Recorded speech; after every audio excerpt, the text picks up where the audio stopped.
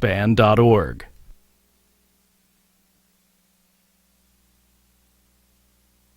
Muslim Studies is releasing today what it calls the first ever national study of Muslim Americans. The report's authors will discuss stereotypes attributed to Muslims and the challenges they face when integrating into American society.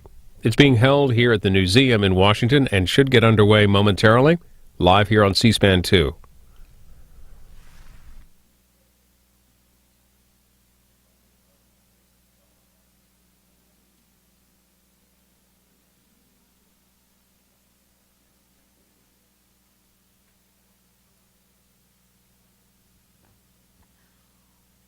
Welcome. We're going to go ahead and get started now. Good afternoon. My name is Dr. Sofia Kluch. I'm the Associate Director for the Gallup Center for Muslim Studies.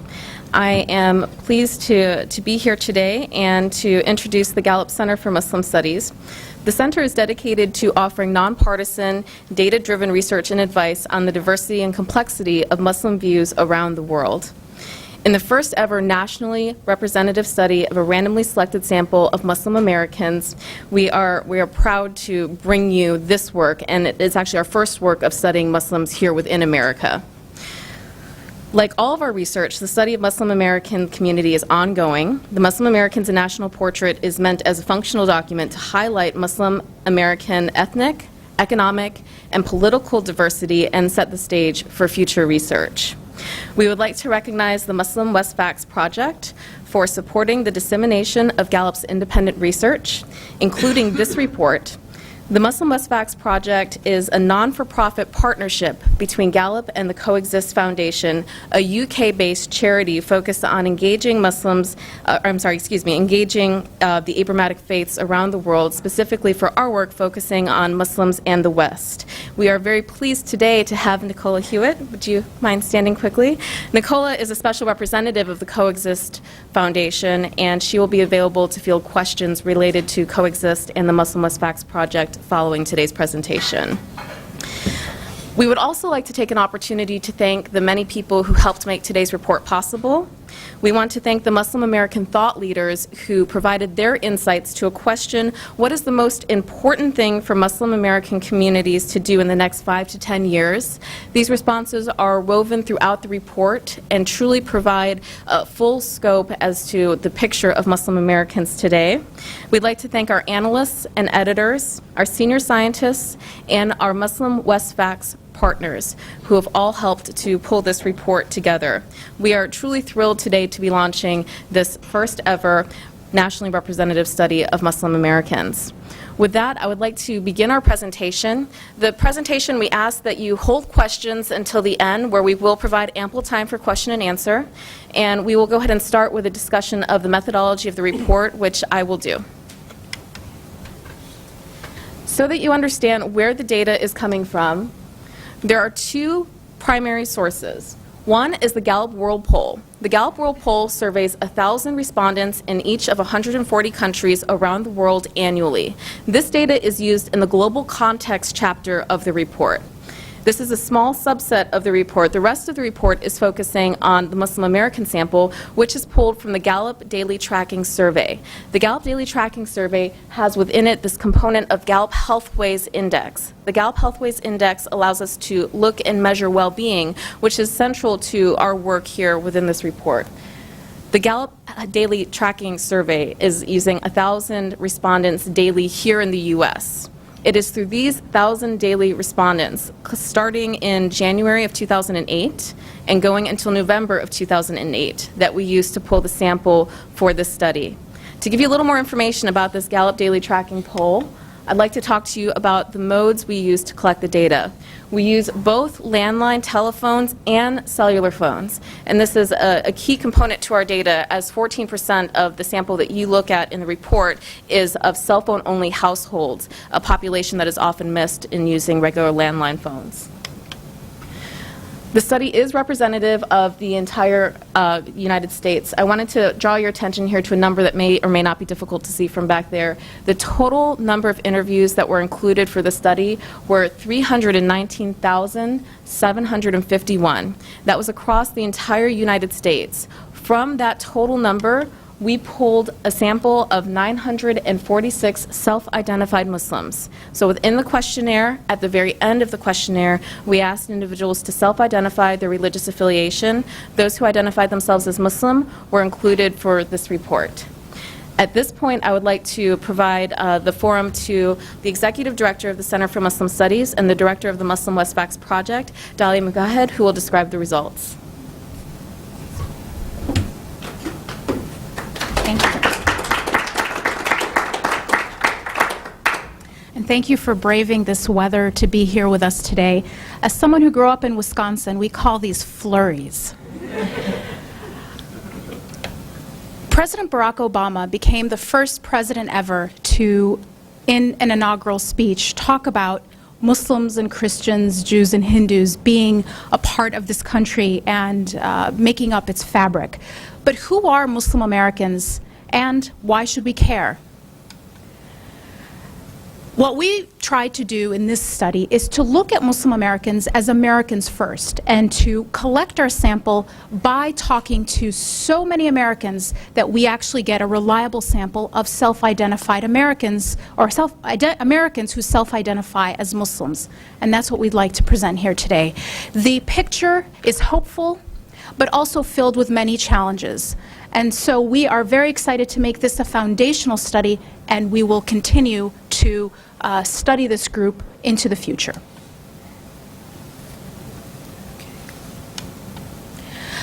Our first discovery is how much Muslim Americans actually have to offer in terms of a cultural and intellectual resource.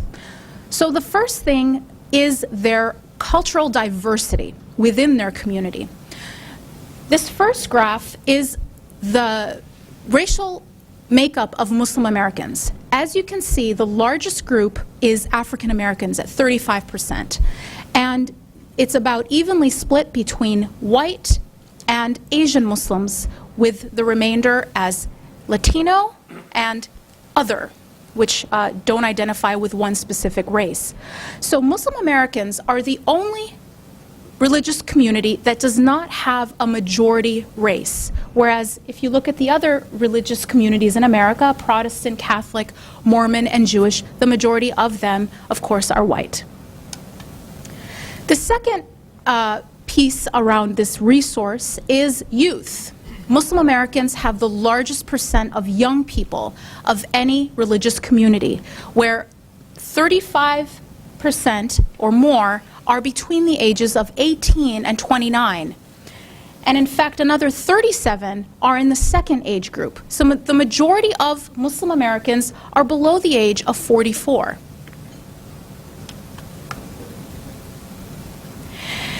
Muslim Americans are among the most educated group in the United States.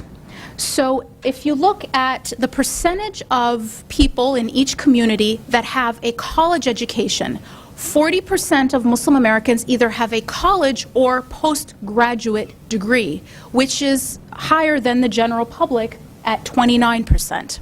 The second highest, in fact, in the country after Jewish Americans. This includes, this same trend applies to women as well as men, where Muslim American women are among the most educated women in America. Muslim Americans are also employed, productive citizens. 70% say they have a job, which is slightly higher than the general public at 64%. Now, they tend to also have professional jobs. So they are successful, their education, their employment, and what type of job they actually have. 30% have professional jobs compared to 26% of the general public.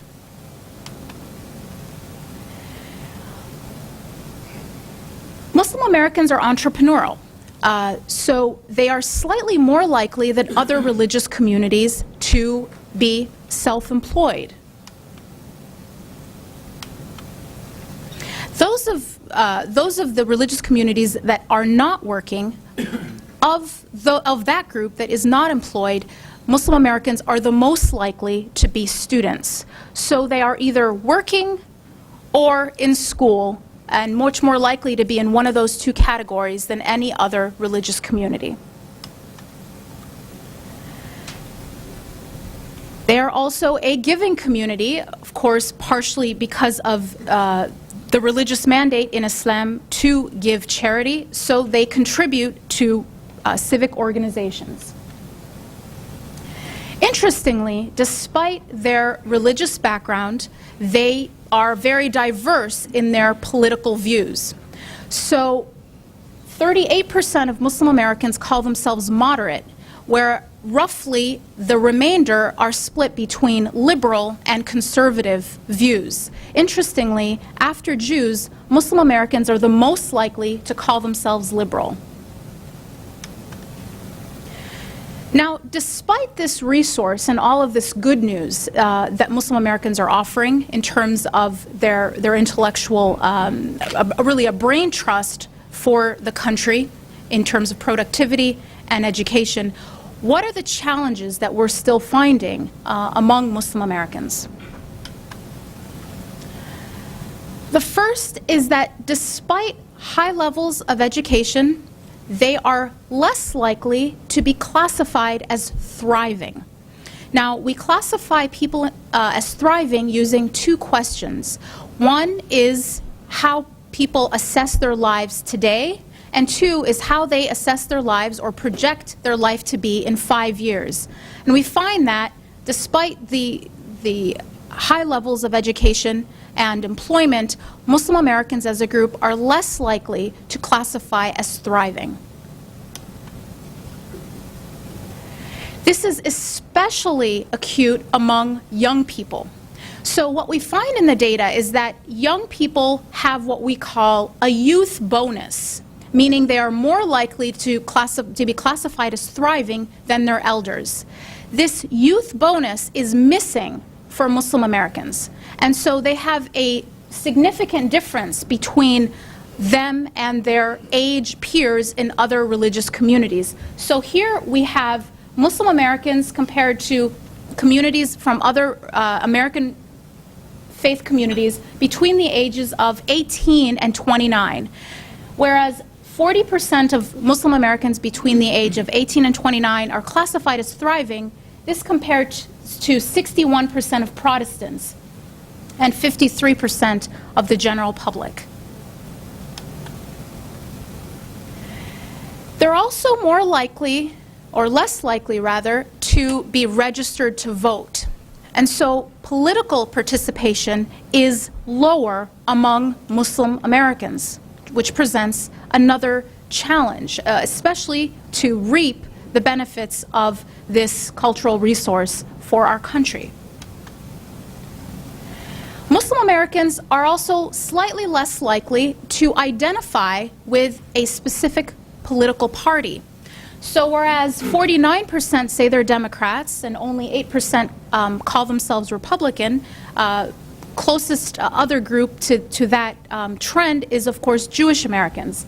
37% call themselves independents and don't identify with one party or another. And they are the most likely to fall into that group, not identifying with one or the other.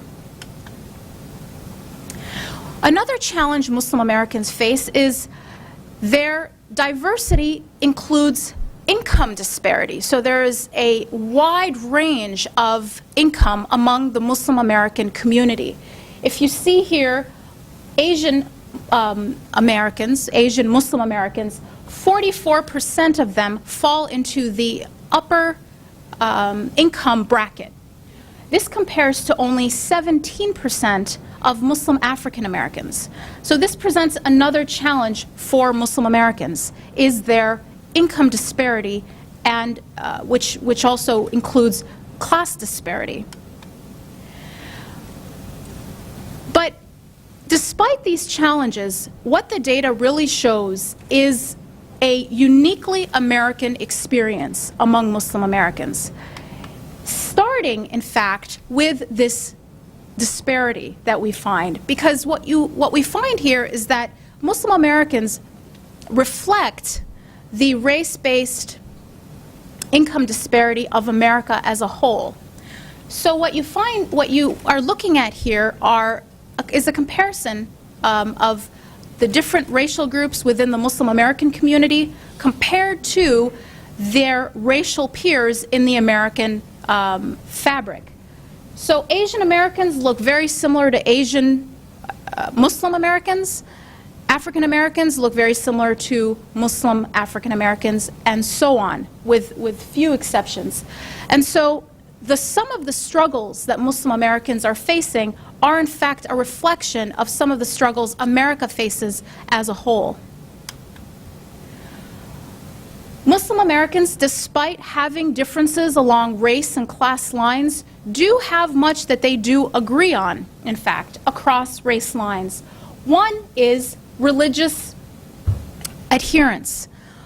Despite their differences across race and class, Muslim Americans, regardless of their race, say religion is an important part of their daily life. And this is where they are sometimes different from their racial peers in the general public. Muslim Americans are also, regardless of race, very supportive of President Obama. And of course, this data was taken before the election, and as much of the media was reporting, yes, Muslim Americans in strong majorities favored President Obama over then candidate Senator McCain. And this also transcends racial lines. And they also have a great deal in common with the general American public. One example of that is Muslim American women's employment. 59% of Muslim American women say they work, and this is similar or slightly higher than women in other faith communities, another reflection of Muslim Americans' unique American experience. Muslim Americans also are similar to other faith groups in their degree of religiosity. So 80% of Muslim Americans say religion is an important part of their daily life, and that is between Mormons at 85% and Protestants at 76%. Mosque attendance among Muslim Americans is also very similar to other faith communities in this country. In fact, Muslim Americans are as likely to attend a mosque at least once a week as are Protestants to attend church.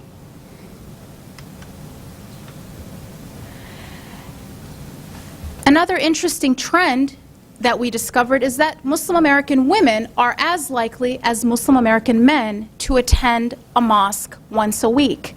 Now, why this is striking is because in many majority Muslim countries, that is not the case. If you look here, in Saudi Arabia, for example, women are almost half as likely to attend a mosque on a weekly basis. In Egypt, it's the same case.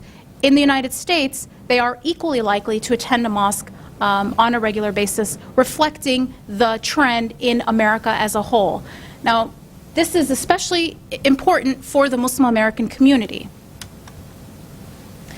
And when you look at their thriving scale, even though on a whole it's lower than other faith communities, it is very similar to the American general public, especially when compared to Muslims in other parts of what we'll call the West, Muslims in Europe, French Muslims, German Muslims, and British Muslims.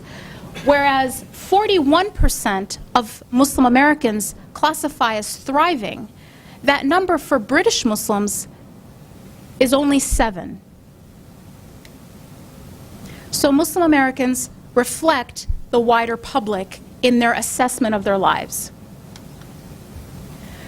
So to sum up before the panel comes up, the Muslim American community offers a diverse cultural resource that the country as a whole can really tap into.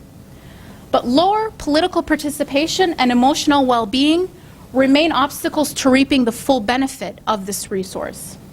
Despite obstacles, however, the Muslim American experience is just that, American, and reflects the nation's strengths and struggles. Thank you.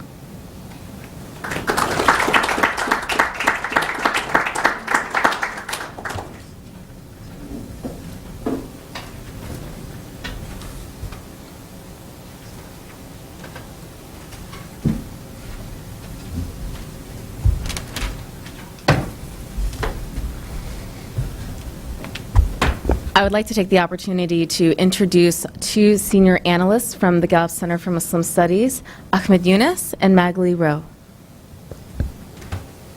Well, thank you very much. It's an absolute honor for me to be here with my colleagues and to be a part of such a groundbreaking and unprecedented study into a community that I think most policymakers as well as most faith community leaders believe is somewhat misunderstood and needs more engagement. What I'd like to do is make two very simple comments on two topics that I think are very, very important and yield for my dear colleague Magali and for our conversation as a whole. The first is on gender. And what we learn in this study that we don't have solid data for in any other study is the general proposition that Muslim women are roughly equal to men and to women generally who are non-Muslims in America in a number of things: their level of education, their level of income, their level of religiosity and mosque attendance. Muslim women, more than Muslim men, report that they are thriving according to the data that we have. And this is very unique. It's very unique that the level of employment amongst Muslim women in America are similar to women at large, that 1 in 3 Muslim women are professionals, that 1 in 6 Muslim American women are self-employed. That set of data seems to speak to the proposition that the Muslim American experience for a woman yields to her the opportunities and freedoms that America generally yields to women, that there is a uniqueness of experience amongst Muslim American women vis-a-vis Muslims globally. And one of the data points that speaks to that is the frequency of their attendance of religious institutions or mosques. At the same time, Muslim women are less likely to report that they feel respected in their daily life. And so what the data presents from a community perspective or from an analytical perspective viewing the community is a situation where the Achilles heel of Muslim image generally, or the Achilles heel of Muslim identity in the West specifically, that of the disposition or the situation of Muslim women, is, according to the data, rendered a non-factor in our analysis of the ability of this community to integrate within the general American fabric or the general public space that America provides. So that's number one, that the Achilles heel that has always existed, well, Muslims aren't like us because their women are oppressed, well, the data speaks to the proposition that that is absolutely not true. But the data also presents a unique challenge to Muslim American institutions, to Muslim American organizations, and to the leadership of the Muslim American community, in that there is significant conversation about the accommodation of Muslim women in the physical space of the mosque, in the leadership of institutions that represent the wills and the hopes and dreams, that represent the voice of Muslim Americans generally, that there is this challenge for a community that thinks maybe that its component of women is not fully engaged, the proposition that no, in fact, women are present in the public square that is communal or is joined together amongst Muslims in America. And there needs to be a look amongst Muslim American leadership as to how to accommodate, how to ensure that there is a full inclusion, that there is a full integration of the experience of a Muslim woman within Muslim American life. The second point that I'll make is actually very similar to the first point. The second point is that of race and the role of race in the analysis that was presented by Dalia earlier today. Think of a community that sees itself as one, that has extremely different income patterns, that has extremely diverse education attainment patterns, that lives in different parts of a city in America, that sees itself both racially, in terms of their ethnic identity, in terms of their place in America, as very different from others who see themselves as a component of the same Muslim American community. And think of the unique challenges that this poses to those that are attempting to bring about community cohesion, to those that are attempting to bring out a space for Muslims to engage with each other. Some of the challenges are, where should the mosque be? Should the mosque be in the inner city or should the mosque be in the urban areas? Who should fund these mosques? Should it be those within the American Muslim community that have a lot of money, or should it be grassroots endeavors at the local community level to be able to build their financial sustainability? What activities would this mosque engage in? If we looked at one half of the data, we would believe that the mosque needs to be engaging in job creation type initiatives. I mean, amongst African American Muslims, 45% say that there came upon them a time in the last 12 months where they couldn't afford to buy food for their families. But a high percentage of Asian American Muslims say their household income is over $5,000 a month. So in communities where there is this great disparity, and in communities that are so diverse that there is a compounding of otherness, not only are you a woman in the American public square, but you're a Muslim woman in the American public square. Not only is the analysis similar to that of the American public square because there is a racial disparity in economic levels and in education levels in America generally, that we see it in the American Muslim community, but no, there is a compounding of that otherness. You're not just black, you're a black Muslim in America. And that analysis, both for women and for African Americans, leads the general public to rethink its understanding of this community and where it stands, and I think pushes American Muslim leaders or those that are responsible for communities to push themselves to think, what is it that we're supposed to be offering these communities, and how does this data change American Muslim image of Muslim life in America? Thank you very much, Ahmed. I know that may have spurred a question or two, but I'm going to ask you to hold while we have Magali. Please provide your remarks. Thank you very much, Ahmed, for shedding light on some of the key findings in the report. And thank you to everybody for coming today. What I would also like to do this afternoon, and only very, very briefly, is discuss some of the well-being findings that we have in the report, and more specifically, the life evaluation measure, where we ask people to rate their lives on a scale from 0 to 10. And I'm going to talk about the evaluative life measure among young Muslims, as well as among Muslims living in Western countries. So this evaluative well-being reflects respondents' assessments of their current situation, as well as their projections of hopefully a better life in the near future, about 5 years from now. And in Dalia's presentation, we saw that young American Muslims were far less likely than other young Americans to be classified as thriving. It was 40% among young Americans versus 53% among young Americans overall. So at first glance, this is somewhat surprising because we see that young Americans project a fairly positive image. We know from our data that they have relatively high levels of education, they have fairly high levels of participation in the workforce. It's about two-thirds, 67%. And they also tell us that they are in good physical health. So there's got to be some other factors at play here to shed some light on this perception that they're not doing as well as other young Americans. And I was, in preparing for this presentation, I was trying to think about other things that could be. In our research at Gallup on well-being, we have found that these well-being indices, and thriving is one of the indices, is highly correlated to income as well as health. So in our data, we also asked respondents to tell us how satisfied they were with their standard of living.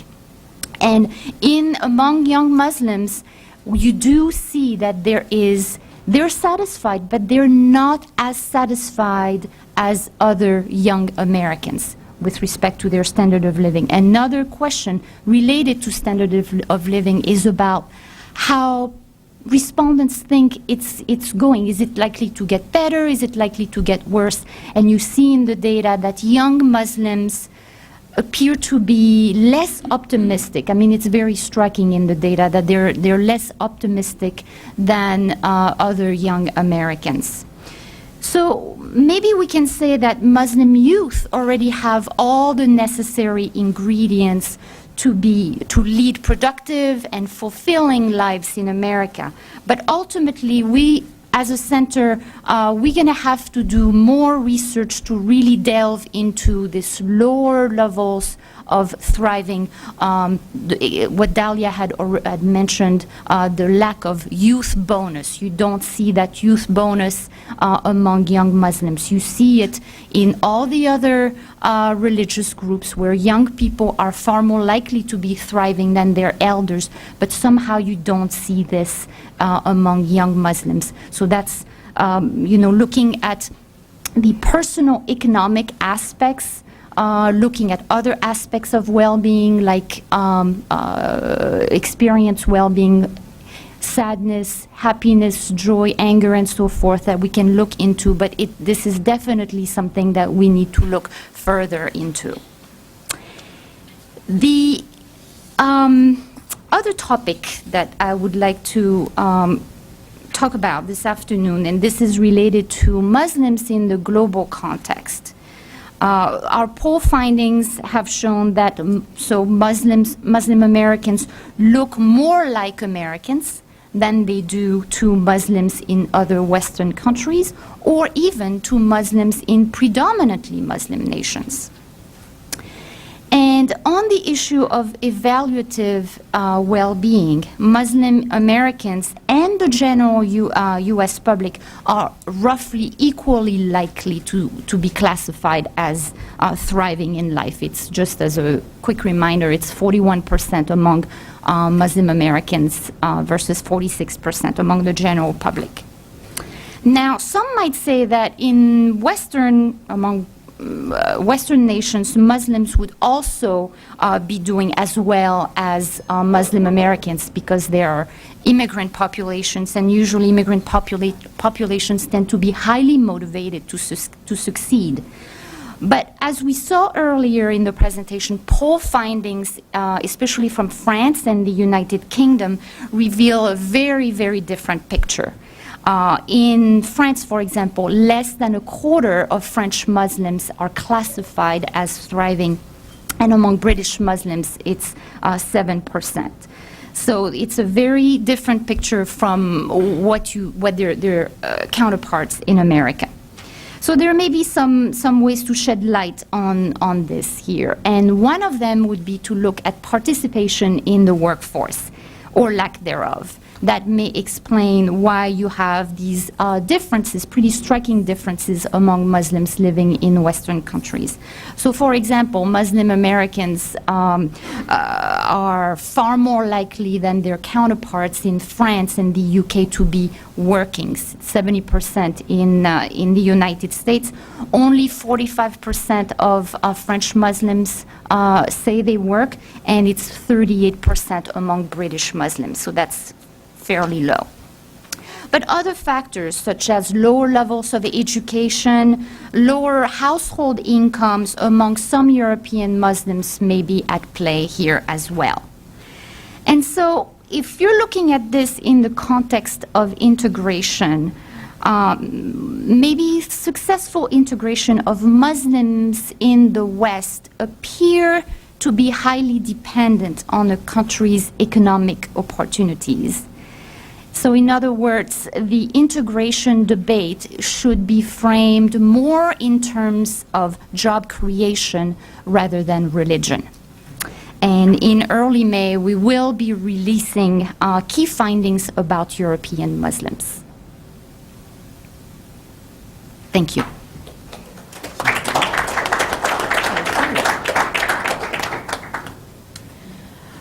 With that review of the data, I would like to go ahead and open up the floor for questions. And we do have a roaming mic, so just please raise your hand if you have a question. Let's go right up here.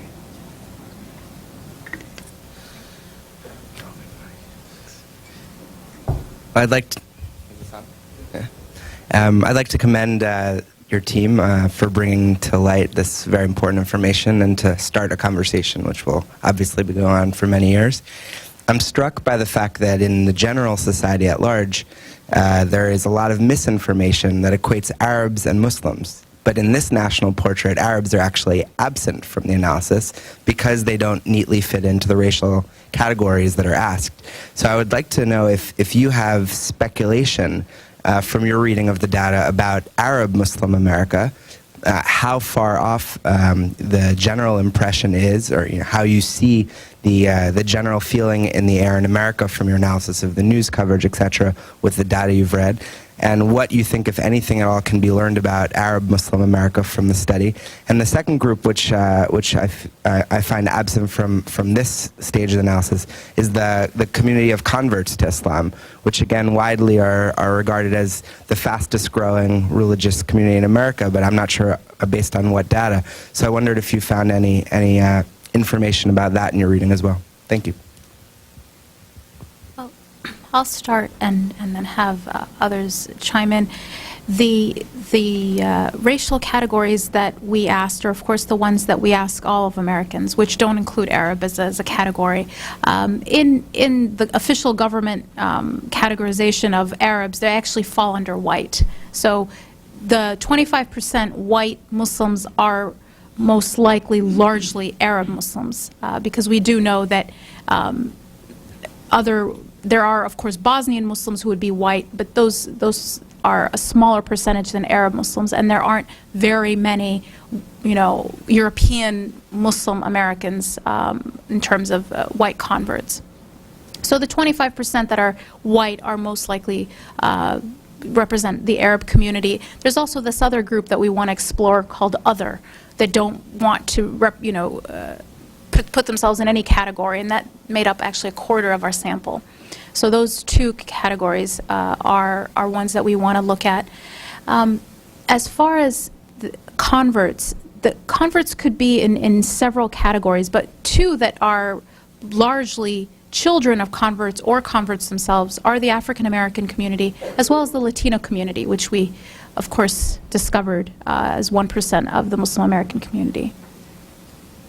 I just add very quickly that, in a post-9/11 context, both within government and within society generally, there was a grouping of Muslim, Arab, Sikh, South Asian. That was a unit or class of analysis in a post-9/11 context as to what is happening to this community on a regular basis. Even relationships between advocacy groups and the U.S. government, the Civil Rights Division at the DOJ, Civil Rights and Civil Liberties at Homeland Security, was defined based on that grouping. One of the things that the data speaks to, and this goes to the question about where are the Arabs, is that it is not specific to those communities the post-9/11 experience, or at least the negative components of which. So for example, amongst white and black Muslims, there are higher levels of anger, stress, and worry than there are amongst their racial counterparts in America generally that are not Muslim. Certainly a component of the analysis is that it's harder to be a white Muslim in America post-9/11 than it was before 9/11. Or at the very least, one could say it's harder to be a white Muslim than just a white American in terms of your experience on a daily basis in your own country. So although there isn't a chart that says, okay, Arabs, and let's look at the Arabs and see how they feel about life generally, certainly there is indication that the Muslim community as a whole, even its most integrated components, like my friend John Wolfe, who is a Muslim, are experiencing some trauma because of their identity and because of their experience in the general public. Jason's on a path here, hang on. Thank you.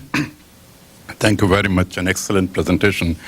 Just by way of introduction, I'm a demographer, actually I'm a professor of demography outside US, but currently I'm working on a book on world Muslim demography. And the most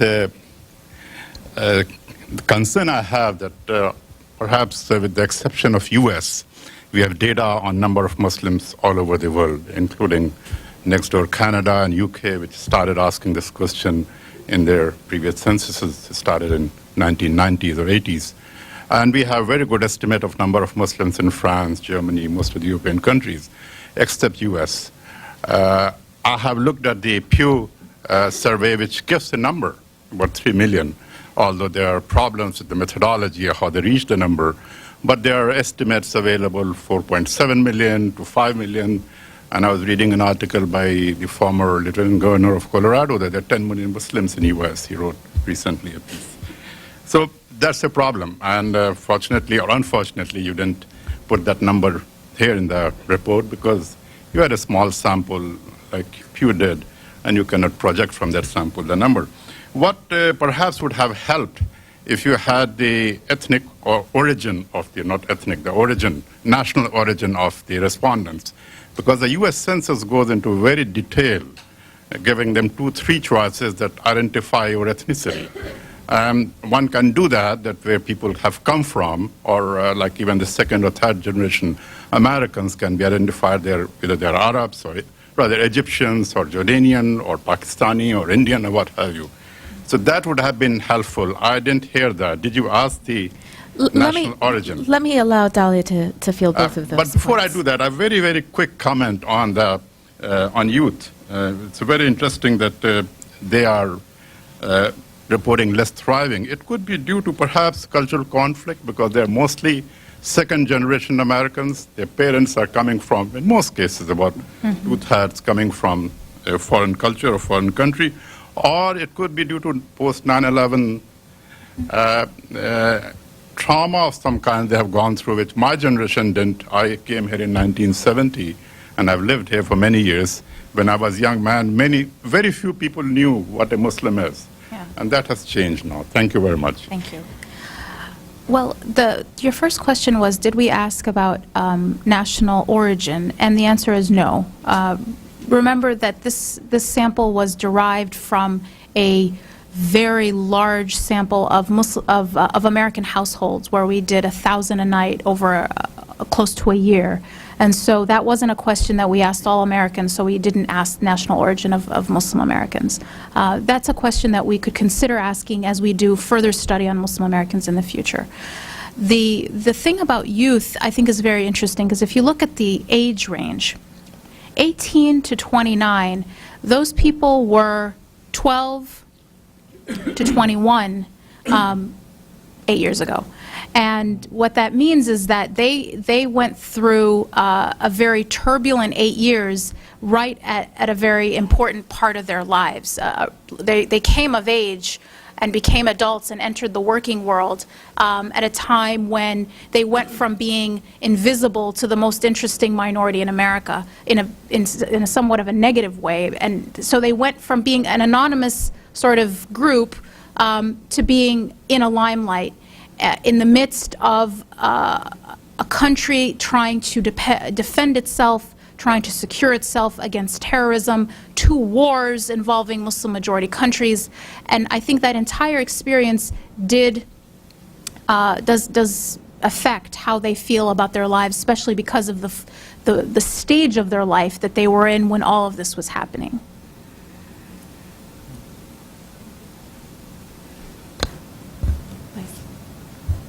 I have 2 questions, one for Dalia and one for Ahmed. Dalia, notwithstanding the difference within the Muslim community itself, it seems that Muslims overall are economically integrated into the society as opposed to politically. And I find that striking given the last 2 presidential cycles where American Muslims were extremely active and frustrated with the lack, what they consider the lack of reach out from presidential candidates, 04 and 08 to them. But yet, we see that they are the least likely to be politically registered voters. That's one. Second, if you comment also on what does emotional well-being exactly mean? You said that's a challenge. And for Ahmed, regarding the role of mosque, it seems that women are more active or more goers to mosque here as opposed to the Middle East. Do you think that reflects the place of the mosque between here and the Middle East, where we consider here more of a educational, social activities as opposed to a place for prayers in the Middle East? Or does it reflect a more general societal attitude toward the role of women in the Muslim world as opposed to America? Thank you. Well, Hayam pointed out a very important trend that we did find is that generally the integration of Muslim Americans economically and the lack or the less developed integration of Muslim Americans politically. I think that you're right. There has been a lot of work done on increasing Muslim American political integration in the last 2 presidential cycles. What the data shows is that there's just still more work that has to be done. We don't have trend data to know if it's gotten better. I think anecdotally we'd all think it did because of just the sheer number of people who registered to vote, especially in this last election. But what we find in the data is that Muslim Americans are still behind other faith communities, even regardless of race, which was, I think, an interesting point, is that even African American Muslims are less likely to vote than other African Americans, or to be registered to vote, rather. So despite the work that's been done, more work still must be done. No, I agree. I agree with your general trajectory of analysis, which is that the space or the mosque represents something different in the West, specifically in America, than it does in Muslim-majority societies. So certainly it is not frequent to see large numbers of Muslim women going to the Friday congregational Jum'ah prayer in many Muslim-majority societies, but it is in the United States. It is not frequent for there to be the equivalent of a Sunday school for young people in a mosque in a Muslim-majority society. It's very frequent in the United States. So certainly that component, that the place of faith or the place of worship is primarily a place of congregation for a group of people that have a certain set of common denominating experiences or identities, and from there, everything from job creation to learning how to read to taking trips abroad, whatever happens from that mosque. Having said that, I think a mistake in analysis would be to say that American Islam yields to women a freedom that Islam in other places does not. I think just like every other component of data that comes out of this study, it speaks more to Americana than it does to Islamics. It speaks more to the experience of Muslims as people in America than it does speak to their interpretation of their religion vis-a-vis the interpretation of those that are not in the United States of America.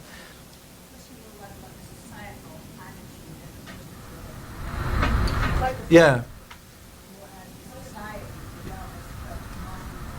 In the Middle East, Yeah. that the Arab society, for example, do you think that's more attitude towards women?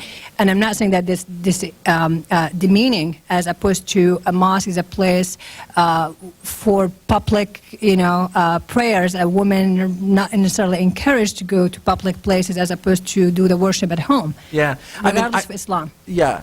No, I yield to Dalia on that specific issue of whether it's about views of women, but probably not, because the function of a mosque in that part of the world, or globally for Muslims that are not minorities, is much more lean and much more simple. But the function of a mosque in American Muslim communities and in Western Muslim communities is much more robust and complicated and about civic engagement and civic participation. So, for example, Muslim women in Muslim-majority societies that are taking a unique interest in the study of Islam are usually studying it with other women. Muslim women in the United States, some of them are going to the mosque, learning it in a multi-demographic reality, some of them are learning at home, etc. So it's more about the function of the space than the perception of the people. I'm going to let Magali talk about well-being. That was one of the points. What do we mean by emotional well-being? All right, so I talked about evaluative well-being, which is basically this ladder scale. We have another type of well-being where we ask people to remember if they went through a lot of whatever emotions. It's a set of positive as well as negative emotions. So we're asking people to remember if they experienced a lot of physical pain, happiness, anger, sadness, worry, and so forth. And it's almost like if you aggregate all the information, it's almost like taking a temperature reading for that person. Aggregated over the entire group of respondents, you can say that within that community, you have X amount of worry, sadness, happiness, and so forth. So it's really, and when you look at the other type of well-being, the evaluative well-being, and you try to correlate with it with other measures, it actually, we know that it measures something else. It's a different type of well-being, if that answers your question.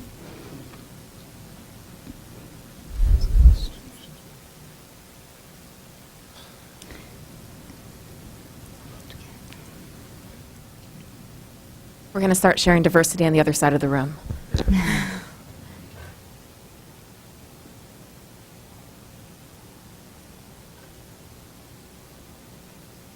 Silicon AM Media. But aside from the freedom factor you've already addressed, from what we know about Muslims in other countries, is there anything you can say in this project that struck anyone that you found surprising or significantly different from Muslims in the rest of the world? I guess in particular, I would be interested in knowing in the practice or the belief in religious affairs. Okay, I can respond to that. We found that Muslim Americans are, when you look at how important religion is to them compared to Muslims and majority Muslim societies, that they are between Muslim majority societies and European Muslims. So 80% of Muslim Americans say religion is an important part of their daily life, reflecting the overall religious communities in America.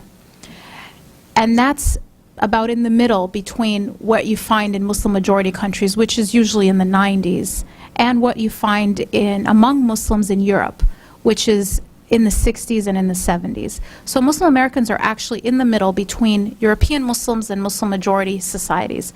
The closest country to Muslim Americans in religiosity in the Muslim majority world would be Iran, actually, that tend to be a little bit lower than other Muslim majority societies. But then you have countries like Egypt, where 100% of the people say religion is important, or Indonesia, where it's 99, 98%. All the way down to the lowest among Muslims that we've ever measured is French Muslims, where only about 65% of Muslims in France say religion is an important part of their daily life. Does that answer your question? Okay. Jason.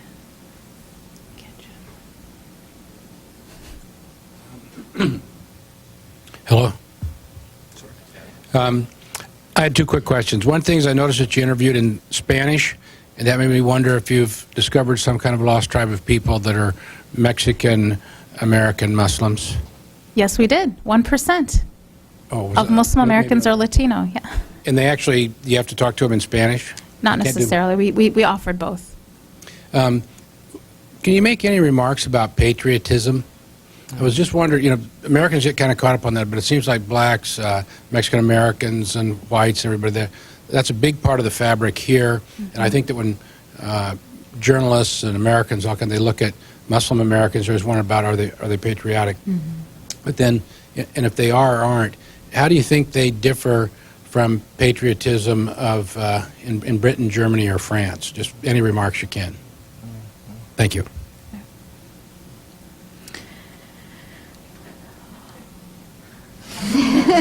Well, I'll start to respond to that. The question on patriotism is a very important one. Now, I'll start with what we know about European Muslims.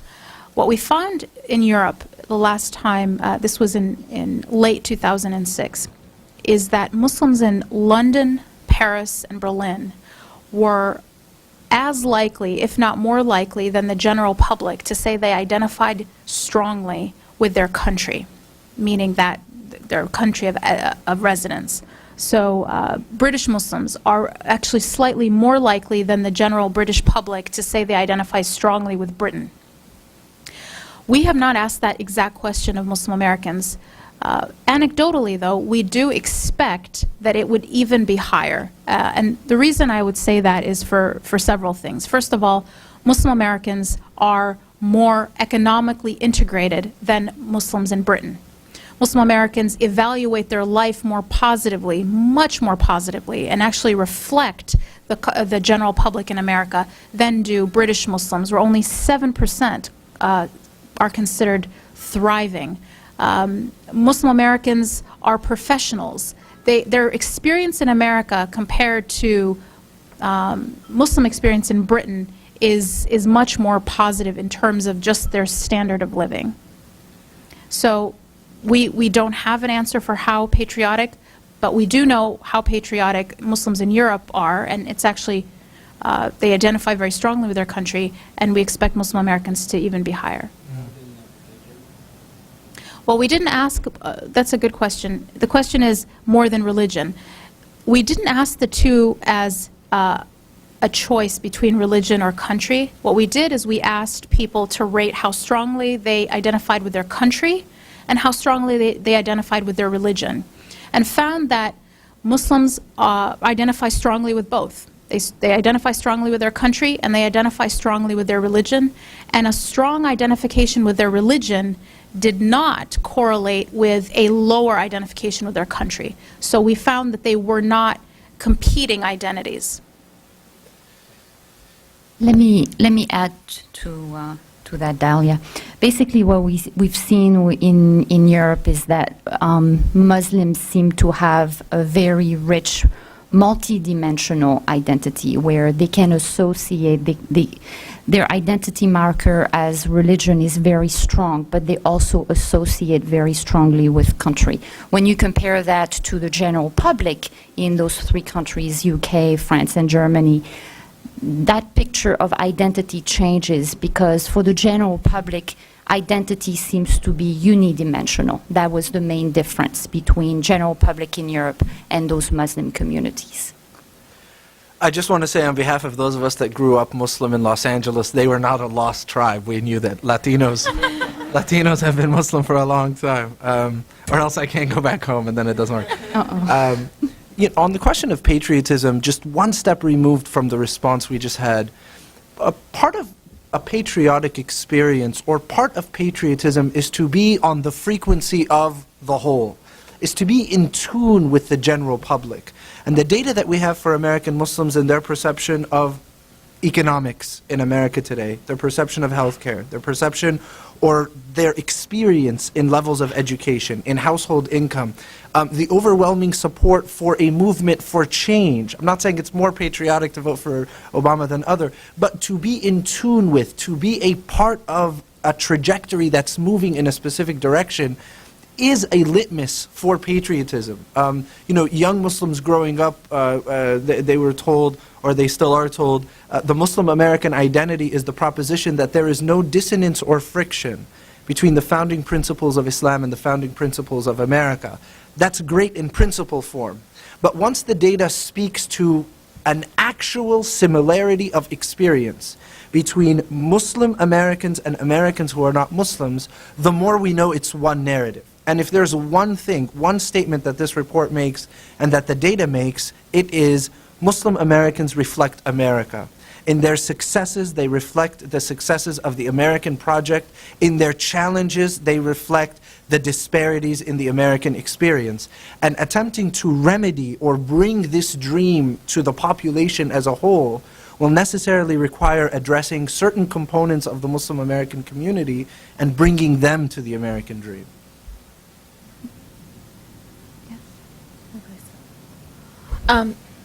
Jason, would you? Sorry, thank you.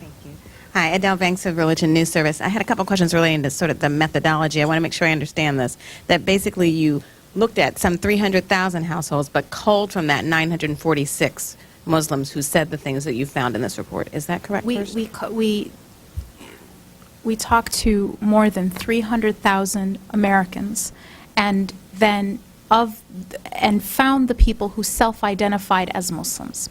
So the 900 some are those who said, picked Muslim from the list of religions in the demographic section of the questionnaire. So the questions answered here are based on the 900-something, the 946? Yes. Okay. And then the job statistics, which are really interesting, given that people's jobs are changing so much from day to day, when were those questions asked? Was it over the course of a year? Yes. What were those dates? And I wondered if Magali would comment a little bit more about focusing more on job creation, I think you said, than religion, to understand some of what's going on here. Yes, this was in the context of integration of Muslim communities in Europe. So basically here with the data that we have seen that Muslim Americans are economically integrated. This is something very, very different from their counterparts, from what their counterparts are experiencing in France, Germany, to a lesser extent Germany, but also in the UK.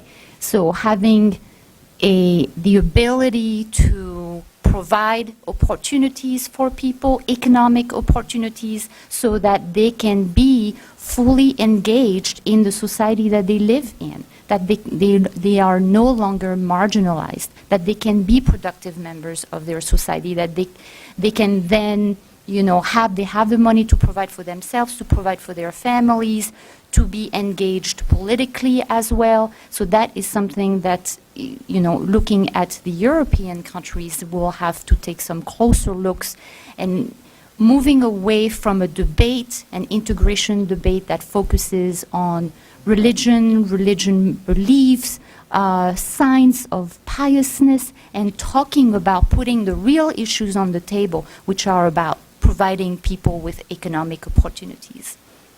And the dates that what we're looking at is an aggregate of basically 2008. So we started collecting this sample on January 1st of 2008, and the last day of our sample was the end of November.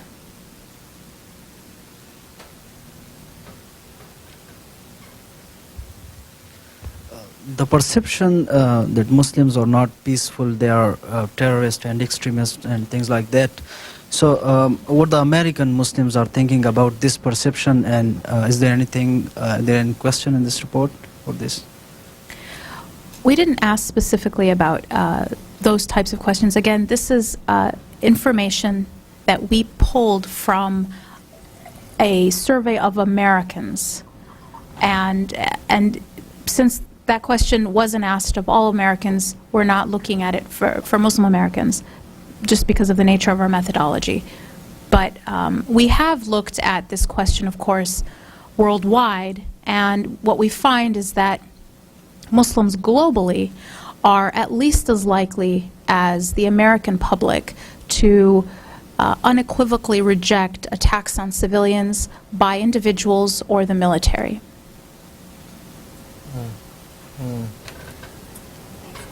Back to emotional well-being for a minute, because it's so fascinating. And it sounds like you're going to explore this further, which is great. But because the external indicators of job and income are so high, and then the sense of thriving doesn't really match that, if you had to hypothesize and say post 9/11 trauma, higher internal aspirations, generational differences, family juggling, what's your hunch as to what some of this would be? Because if we want to move those numbers up to accurately diagnose the problem, will then determine what you do. Mm-hmm. I can start, and this is all hypothesis, of course, then. I think that it's a combination of several things. One is the post 9/11 trauma is necessarily an issue.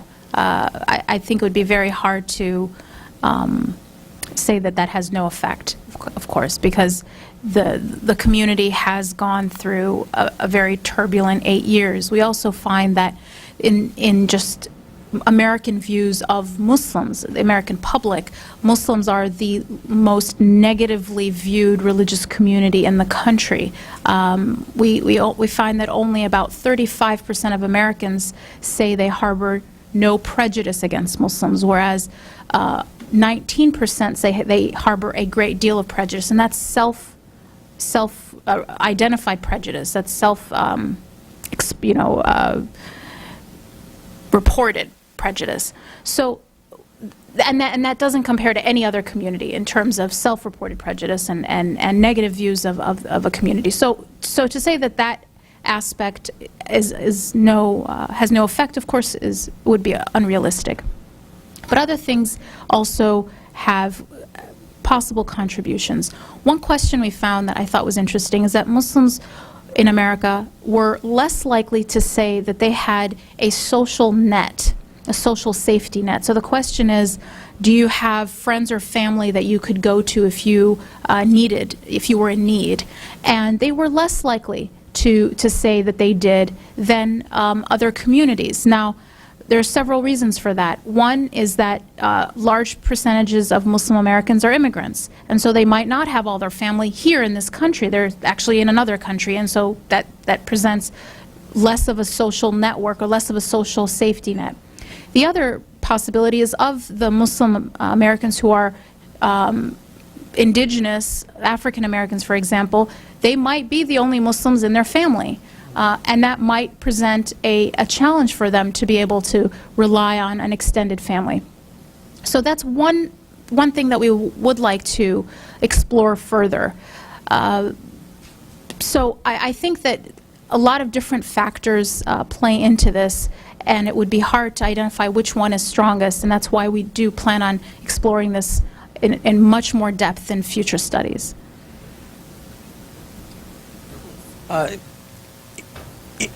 In addition to questions of economic integration, I'm curious about questions of cultural integration and the perceptions within the community. To what extent do Muslim Americans feel culturally integrated? Do they feel as full participants in society? To what extent do they feel marginalized or isolated from mainstream culture? And to the extent that they do they feel that society at large pushes them away or rejects them in some way? Or do they feel that they withdraw or that their religion is somehow a limiting factor? I think those are very complicated and important questions. And we'll tell you what we do know right now. We do know that only 45% of Americans say that they believe Muslims in this country are loyal. So that's pretty startling, that only 45% believe that Muslims in this country are loyal. I think that the vast majority of Muslims in America would consider themselves loyal. So there is some aspect of a being pushed away, of being seen with some suspicion because of that data.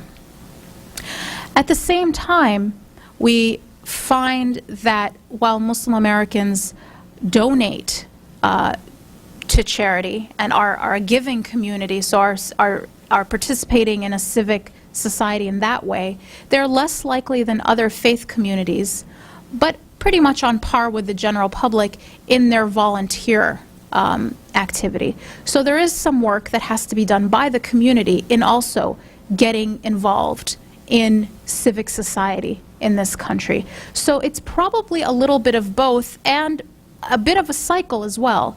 The more Muslim Americans feel that they're seen with suspicion or feel that the society at large is pushing them away, the less they're involved. The more people don't know them, and it sort of can spiral downward. And so what we're finding in this study is that because Muslim Americans are a component, an important component of America's mosaic, and offer such a potentially rich resource, that closing that gap has to be an important priority for policymakers and the Muslim community together.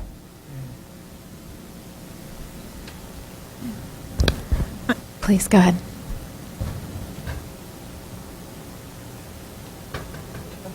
Okay, sorry, Sahar. What about issues of greatest importance? And this could be something, again, that you didn't poll because you didn't poll, you polled similar to other polls in general Americans, but did you do anything on issues of greatest importance, like foreign affairs versus domestic affairs versus economy, that sort of thing? I think you're asking prioritization of which issues are most important. We did not ask specifically about prioritization, but we did ask about how people were feeling about the economy. Muslim Americans are among the most concerned, and they were all throughout 2008 about the state of the economy. They are as worried as everyone else, if not more worried, about where we're going economically over the past year. We found that they reflect the general public in their opinion and level of concern for domestic issues.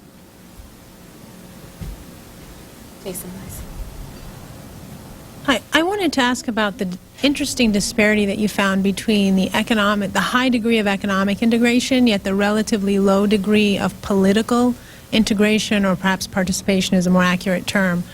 And I'm curious to know if the poll shows any explanation for that, or if you can even just speculate on what you think the explanation.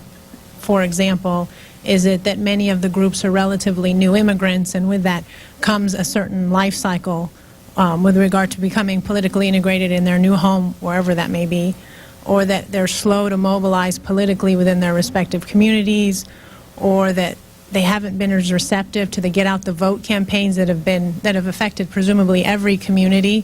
So I'm curious to know, why didn't they get out the vote as high as the other religious communities? And finally, if maybe there's just a general disinterest in politics, or there was and now there is more of an interest due to current affairs, and so it's increasing. It's a very interesting disparity that you would expect would be correlated, as opposed to having the converse relationship with.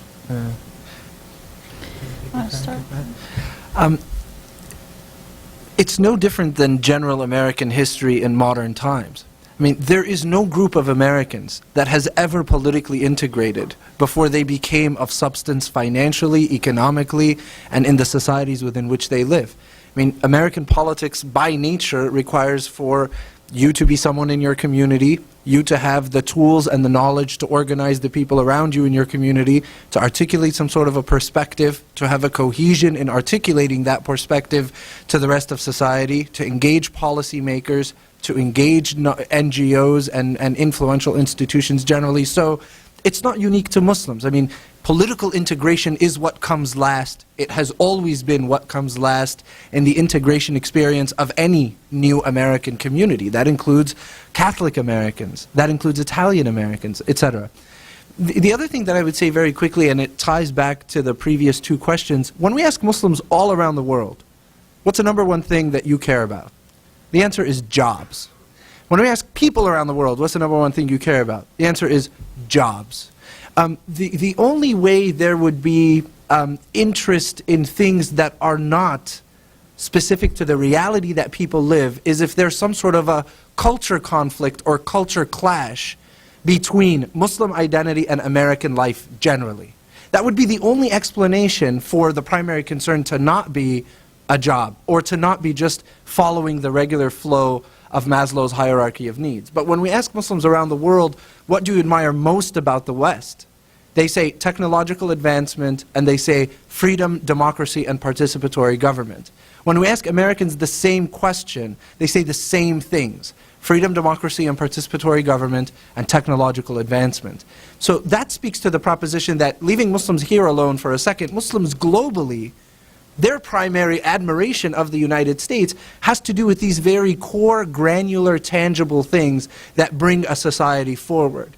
And so I would encourage, when we assess the disposition of Muslim Americans, or the view of Muslim Americans as to life generally, or why have they not yet integrated, the data in the report says, look to other patterns of integration, look to other patterns of discontent amongst American communities with life in America generally, and you will likely find many of the answers to the questions that you have. I would like to go ahead and acknowledge that it is 1:15, and so for those of you that had a hard stop, we do understand if you need to leave, although we would like to leave the floor open for questions if people would like to continue. Just wanted to acknowledge this is a good break time if people want to leave, otherwise we can have a few more questions.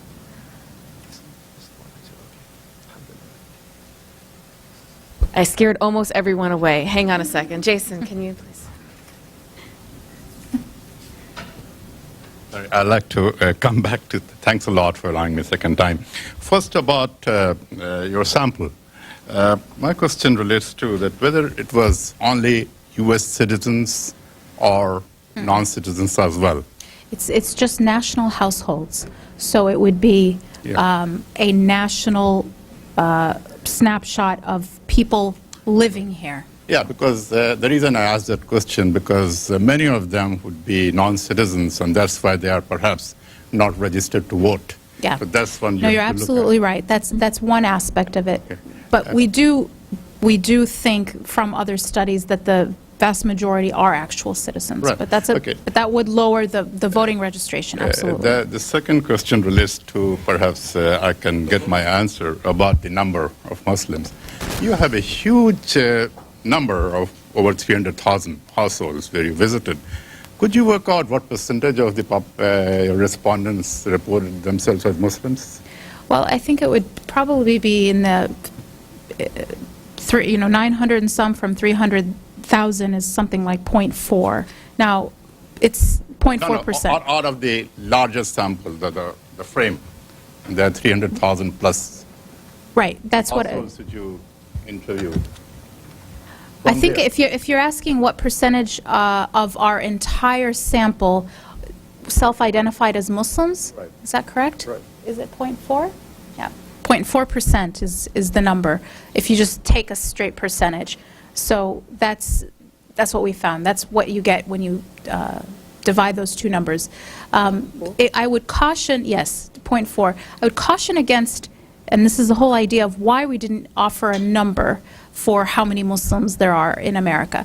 Caution against taking that percentage and using it to project for number of Muslims in America for several reasons. The most important is this kind of survey is not meant for counting number of Muslims. When you count, basically, members of a stigmatized minority are less likely to identify with being in that stigmatized minority when asked on the phone in a poll. So many Americans in general refuse to say their religion over the phone. In a poll, that's one of the options, is refuse. And so we have no idea how many people simply refuse to say what their faith was. And so counting people by asking them on the phone if they're Muslim is not an accurate way of getting an actual number. The other piece that we have to keep in mind is Muslim households. This is all household poll. Muslim households are on average larger than other American households, and so you can't take a straight percentage, of course, because the number of people in that household is larger than other American polls. So there are several cautions that we would offer from taking that number and trying to project, taking the percentage or our yield of Muslims, self-identified Muslims from the general American public, in taking that and projecting to get a number of Muslim Americans. Thank you, Dalia. I've also been reminded that I wanted to make sure everyone here knew on our website, MuslimWestFacts.com, you can also click there and download the report in full version. So for any of you that want to make sure that you can access all of this information later, it is available there. Do you want to? Okay. All right. With that, we will go ahead and wrap for today. If you have any questions, please feel free to contact us. The biography information is available up at the front, and we will be happy to answer questions following the presentation.